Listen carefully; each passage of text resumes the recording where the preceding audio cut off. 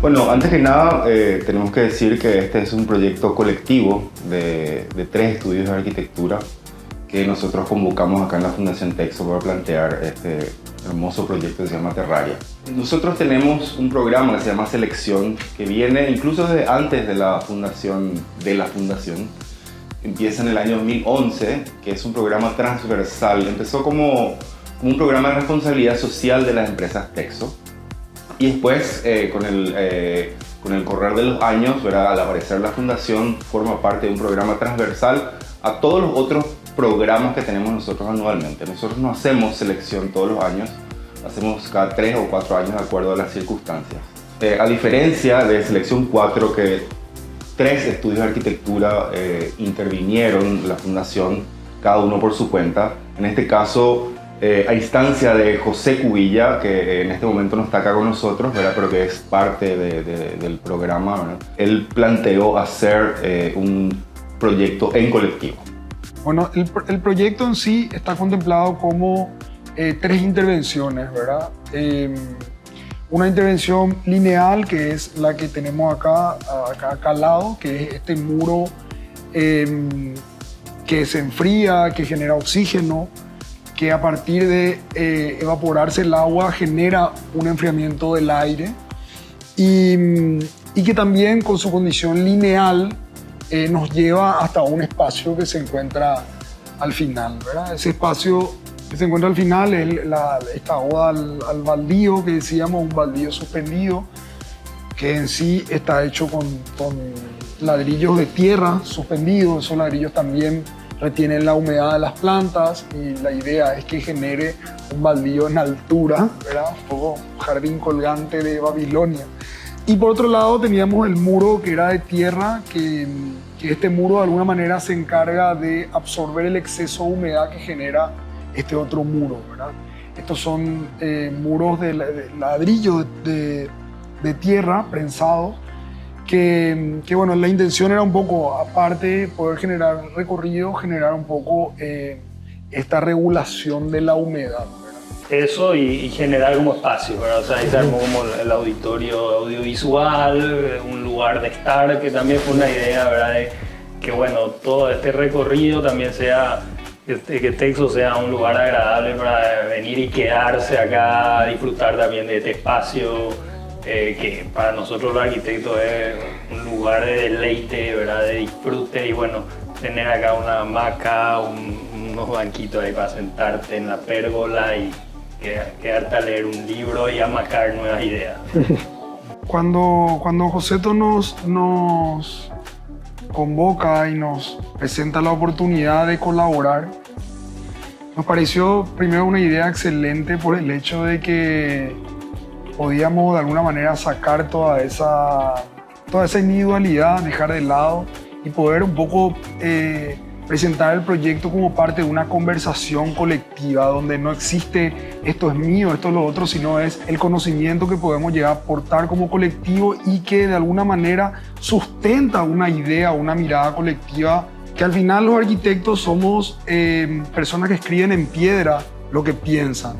Y eso nos diferencia de muchas profesiones, porque no basta con simplemente un discurso, basta con que se pueda plasmar lo que realmente estamos pensando, que esta idea colectiva que tratamos de manifestar en la muestra, ¿verdad? Justo venía pensando un poco en la idea sobre la sostenibilidad y sobre lo primero que veníamos hablando en esas primeras conversaciones, que era qué vamos a mostrar, ¿verdad? Y cómo hacemos que lo que mostremos trascienda y que realmente sea una mirada hacia un futuro cercano, ¿verdad? O actual incluso, ¿verdad? O sea, una actualidad, ¿verdad? Y recuerdo que un poco hablábamos sobre la sostenibilidad y decíamos, pucha, ¿cómo hacemos que lo que nosotros pongamos que tenga que ver con la sostenibilidad también esté al alcance de todo el mundo? Que un poco también es esta muestra, ¿verdad? Cuando nosotros hablamos de la sostenibilidad, creemos que la única forma de ser sostenibles es acercando la sostenibilidad a todo el mundo. Si no, estamos mostrando simplemente gestos que son individuales y que no pueden ser replicables en realidad, ¿verdad? Lo comento solamente porque fue una de las cosas que me vino a la cabeza cuando veníamos acá, ¿verdad? Uno piensa de repente en sostenibilidad o en el futuro, y no sé si la mayoría de la gente se imagina esto, ¿verdad? Pero para nosotros este es el futuro y realmente estamos de alguna manera convencidos en que podemos decir muchas cosas a partir de esta mirada local, autóctona, que tiene que ver con nuestras manos, con las personas que están acá, con nuestra flora del lugar, ¿verdad? Y que ojalá pueda servir para generar una pregunta a futuro y una retrospección sobre lo que estamos haciendo que nos permita, por lo menos, generar un debate, ¿verdad? A mí también, hablando de la experiencia que fueron estas conversaciones, ¿verdad? En ese camino aparecieron muchas propuestas. Veníamos como esas correcciones de proyectos junto a José, todos nos reuníamos, ¿verdad? Y traíamos ideas y realmente al comienzo, no sé, llegaba algo, ¿verdad? Llegábamos a objetos de repente o cosas muy unitarias, ¿verdad? Estuvo interesante ese desafío que creo que vino mucho de la mano de José, ¿verdad? Inicialmente de también generar recorridos, generar espacios, generar atmósferas, ¿verdad? O sea que creo que fue un poco un desafío importante que surgió de esas conversaciones, ¿verdad? Que uno experimente en la piel la arquitectura, que uno experimente con otros sentidos la arquitectura, no solo con la vista, con el olfato, ¿verdad? Que estos espacios te remonten a recuerdos, ¿verdad? Te remonten a lugares, a la historia, ¿verdad? Era como un desafío súper interesante, ¿verdad? En gran medida, ¿viste? Despojarte del ego ese de generar un objeto espectacular. Y en estas conversaciones fuimos de a poco sacando estas ideas, ¿verdad? Que sé también. Decíamos la otra vez que esta muestra también se podría haber llamado Elogio de los Baldíos. Porque de alguna manera, si bien no es eso, ¿verdad? Está muy presente la cuestión de qué son los baldíos, de por qué son importantes, ¿verdad? Porque generalmente hay como una imagen negativa de los baldíos acá en Paraguay. Sí. Cuando en esas primeras conversaciones nosotros empezábamos a pensar la idea de qué es lo que queremos mostrar en el lugar, recuerdo perfectamente, me dice Sergio, che, mira esta imagen, un señor con una botella así gigante que después la presentamos, ¿verdad? Que era un poco, era un terrario propiamente, ¿verdad? En la que generaba un terrario, para los que no saben, es un ambiente cerrado, como una botella puede ser, ¿verdad? Donde se genera un microclima y una vegetación que se retroalimenta y que está encerrada en sí misma, ¿verdad? Y que de alguna manera se autocuida, ¿verdad? Porque uno no está regando. Y eso nos llamaba mucho la atención porque decíamos hasta qué punto nosotros cultivamos nuestro propio aire, ¿verdad? Hasta qué punto nosotros cuidamos, nuestra temperatura, como decía Rami, la piel que nos está protegiendo. Por el contrario, lo que se toma como progreso hoy en día es asfaltar más calles, expulsar el agua lo más que podemos, cortar los árboles para no tener que pensar siquiera una arquitectura que pueda coexistir con el medio ambiente, ¿verdad? Y en el afán de intentar enfriar nuestro espacio, nuestro clima, como son los aire acondicionados, etc., en realidad lo vamos calentando. O sea, qué paradoja la que vamos produciendo, ¿verdad? Entonces ahí nace un poco la idea esta de terrario, como queríamos trabajar también con tierra. Pensábamos un poco en el tema de los baldíos, decíamos qué genial el baldío que se reproduce, que genera un árbol, que a veces genera fruto, que a veces genera yuyo, y cómo nosotros podríamos llegar a repensar los espacios urbanos o los espacios residuales o incluso los microespacios de la ciudad como espacios regenerativos, espacios que se regulen su propia humedad, espacios que sean más frescos, que estén en sombra, que requieran poco cuidado y que generen un aire que nos permita mejorarnos. Sería no solamente mejorar el aire, sino mejorarnos como sociedad, ¿verdad? Entender que las pequeñas acciones que tomamos nos afectan como sociedad y afectan al otro.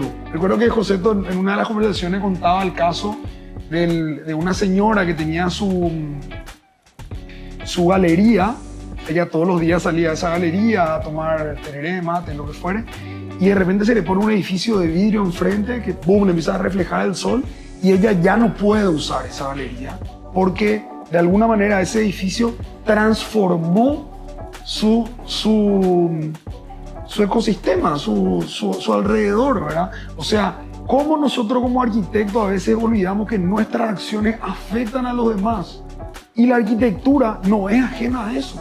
¿Cómo nosotros podemos llegar a pensar en arquitectura, en ciudad, que mejore la calidad de vida de la gente? Que te permita entender que el otro es importante y para que vos seas un ser humano pleno, el otro tiene que estar bien. No podemos pensar en una ciudad mejor si es que no nos vemos reflejados en el otro. Recuerdo que al comienzo hace varios meses cuando empezamos a pensar este proyecto que finalmente se convierte en Terraria, habían solamente algunas palabras claves. Yo estaba en el aire, pues literalmente, ¿verdad? Porque era así, aire, agua, tierra. Y a partir de ahí, ¿cómo se puede materializar algo?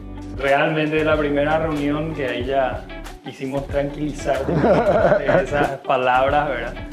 Reflexionamos, bueno, eso, en qué situación estamos, ¿verdad? En Paraguay, cuáles son nuestras urgencias, ¿verdad? Desde la arquitectura, cómo podemos atacar eso y reflexionamos sobre el aire y el agua. Fueron como las primeras palabras, es decir, bueno, buscamos respirar un mejor aire, refrigerar nuestro aire caliente, ¿verdad? O sea, nuestro clima. Necesitamos protegernos de eso y al mismo tiempo cuidar ese recurso que tenemos en tanta abundancia, que es el agua. Fueron como los dos elementos de los que nos sustentamos para esta reflexión, ¿verdad? De ahí un poco fue surgiendo también esta reflexión sobre nuestra naturaleza superabundante, ¿verdad? Cómo negamos eso o no vemos o no apreciamos, ¿verdad?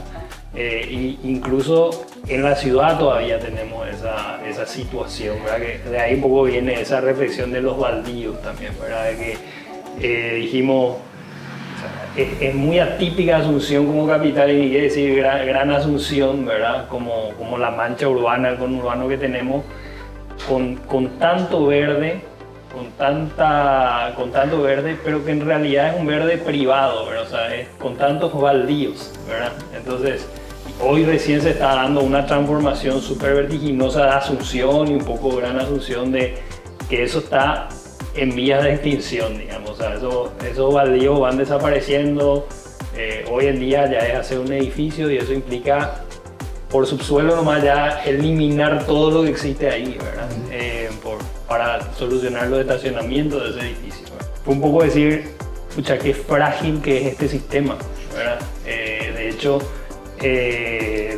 vemos la fragilidad del sistema cada vez más, con la poca absorción del suelo, con raudales cada vez más agresivos en nuevos lugares, en la medida que aparecen nuevas infraestructuras.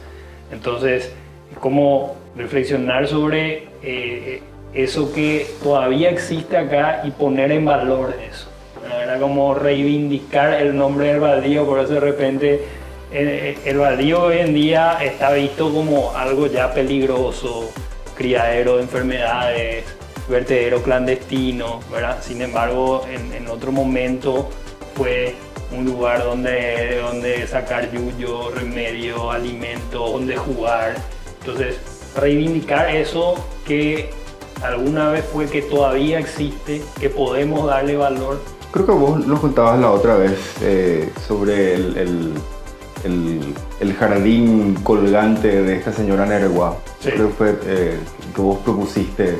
Sí, o sea, en realidad Joseto contó haber encontrado justamente en Areguá, nos fuimos a registrar, pero encontramos a partir de esa que contó Joseto, de una señora que tenía toda su galería con planteras en Areguá, con plantas, etc.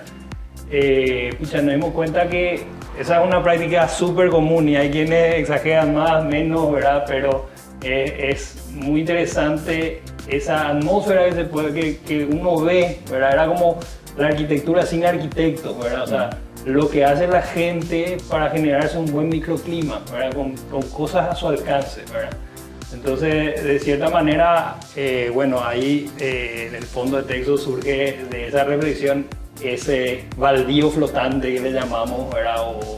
O baldío elevado, qué sé yo, que busca de cierta manera recrear el antiguo corazón de manzana que significa este patio, ¿verdad? O sea, era como decir, los corazones de manzana también tienen esa misma cualidad del baldío, de ser el fondo de las casas verdes, que también es una cosa que está en extinción, ¿verdad? Asimismo, un edificio hoy en día va a convertir en subsuelo eso y es imposible casi, salvo que uno haga una losa, ¿verdad? Claro. Con verde, que vuelva a existir el corazón de manzana. Era un poco potenciar eso con especies que crecen solas, que son nativas, y fue fundamental, creo, ¿verdad? Haberle convocado también a Raúl Rivarola con el asesoramiento también en especies que sean nativas, que aporten a la biodiversidad. Entonces, de cierta manera, era como un mensaje urbano también que se quería dar, como de acupuntura urbana, ¿verdad? De pequeños puntos, de pequeños corazones de manzana, de baldíos, que sin querer queriendo están generando una red, ¿verdad? De suelo absorbente, ¿verdad? De biodiversidad, de poder regenerar un poco una ciudad más humana. Creo que eso es una ventaja de nuestro atraso. Esa es ver un poco ya errores de otras latitudes y, bueno, meter freno donde no hace falta, aprendiendo ya experiencias extranjeras, digamos.